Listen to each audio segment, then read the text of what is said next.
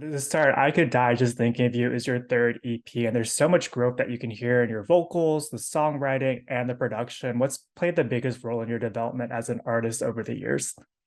Oh, honestly, I think with this EP, the main thing behind it is just living experience, having experience in relationships and everything. With my last EP or my first one, Color Me Blue, a lot of that was just written from like watching movies or watching my Mm, family, my brother, my parents, reading books, just stuff like that. Or simply starting with a cool title and being like, what could come off of this?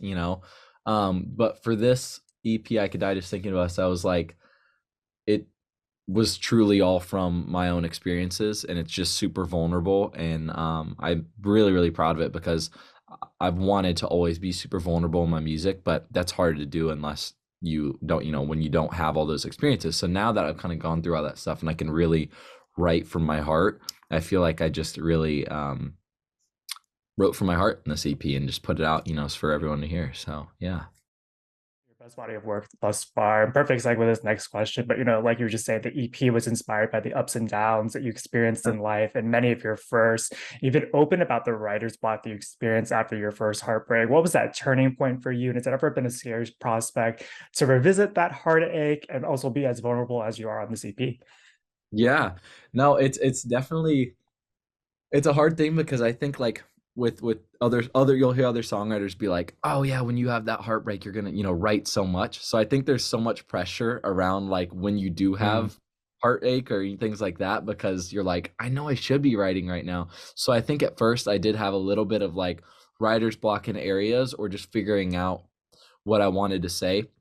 And what I learned with that was like it kind of seemed like right when the heartbreak kind of stuff was fresh or something that was on my mind was super fresh, that was kind of slightly the hardest time to write at sometimes because I just needed time to process it all and like kind of sit with it and then come back and be like have almost like a new fresh look on everything and be like, okay, this is a more healthy outlook to it. But mm. then there's also other songs that are just not healthy. Like they're toxic songs on my part that I'm just like so still, held on and grasping for this person. So yeah, there's just kind of a mix of all of that, but that's what makes it have the ups and downs. So Take listeners on this emotional roller coaster, and it does a really great job showcasing your versatility. Was that something you were mindful of as you were putting this EP together? What was that process like deciding which songs will lean more into production as opposed to ones that are more stripped back? yeah. Um, for this past, because I've been working on this EP for the past probably Yeah. year and a half to 2 years, I would say. Um, and I really think a lot of it was I mean I knew I wanted to create another project and put that out, but I wasn't so set on like, okay, I have to have a song that is this and I have to have a song that's this and it has to be stripped back here. I wasn't so specific on those things. It was more so just a feeling of how I Mm. felt in the moment, what I was writing, what the song called for. Um and yeah, so if like for Out of the Blue, like that's a very stripped back kind of song, where it's really just like a keyboard and some drums and stuff that come through. But for that one, it was more so about my voice and the feeling and the lyrics and everything. So I think it's just a case by case kind of thing with each song. Like you're saying, this project's been 2 years in the making. What's been the most surprising part about putting it together? What has it meant to you to see the response that it's gotten from your fans? Yeah, I think the most surprising part, um, it's funny because there's certain songs on the EP like the first one I released was Icarus, which is a very fun, upbeat kind of pop song. Yeah. And then we take a big deep dive to Please Hurry, where it's just like this heartbreak ballad. And then there's like Look at Me Right Now, which is like almost just a club like Yeah. sexy Yeah. kind of song. So it was funny to me like I think when I wrote these, I was just writing and putting my emotions down and not really worried about like, are these gonna totally fit together or what? Until after when I was like, okay, I have all these songs, let's put them together. So when they were releasing, it was just interesting to see how people would react to it because I think they would, if someone were to hear Please Hurry and go, oh my gosh, this is like an Adele-ish kind of like heartbreak ballad thing, and then they hear Look at Me Right Now, they're like, this Mm. is so different. But I'm really surprised and happy that people feel like it all fits together and has a cohesiveness. Um, and I think really at the end of the day, it's like my artistry is more than just one thing. It's multiple lanes. Yeah. There's things I want to do and have in my music, and so I think that's really cool that so far people are loving that. So yeah. Yeah, and that through line's been writing from your heart. It's a strange question, but if you had to pick a song off of the EP that best encompasses who you are as an artist in this moment, which would it be and why? Ooh, huh. That's a good one. I'm thinking maybe best encompasses me as an artist. I would say like Icarus, maybe.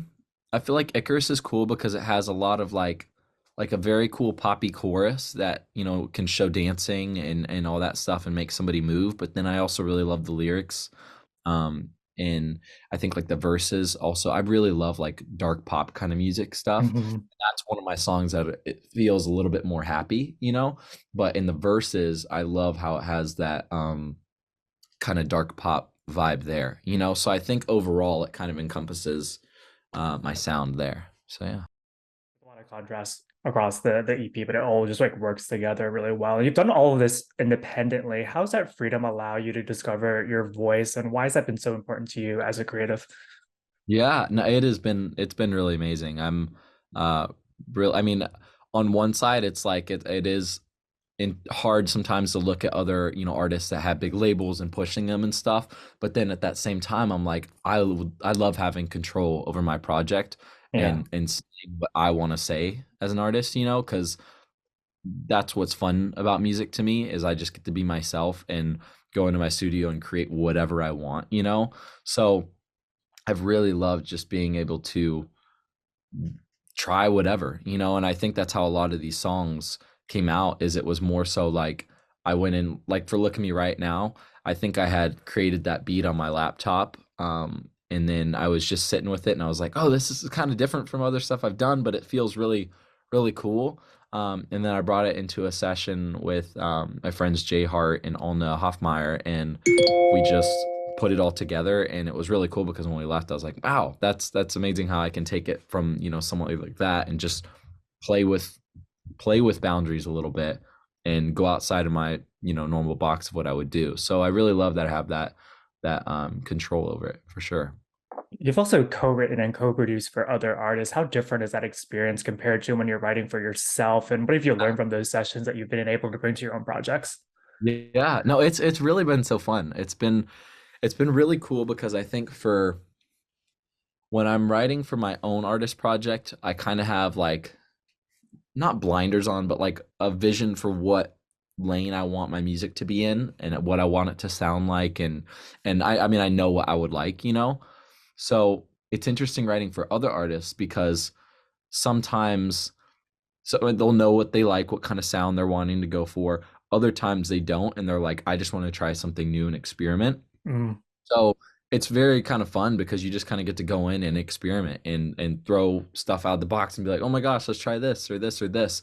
And it's honestly, I feel like kind of a creative outlet for me to step away from my own project and like completely try something else over here because mm. I might try this over here and be like, that's cool. I'm gonna take that and also bring it to this.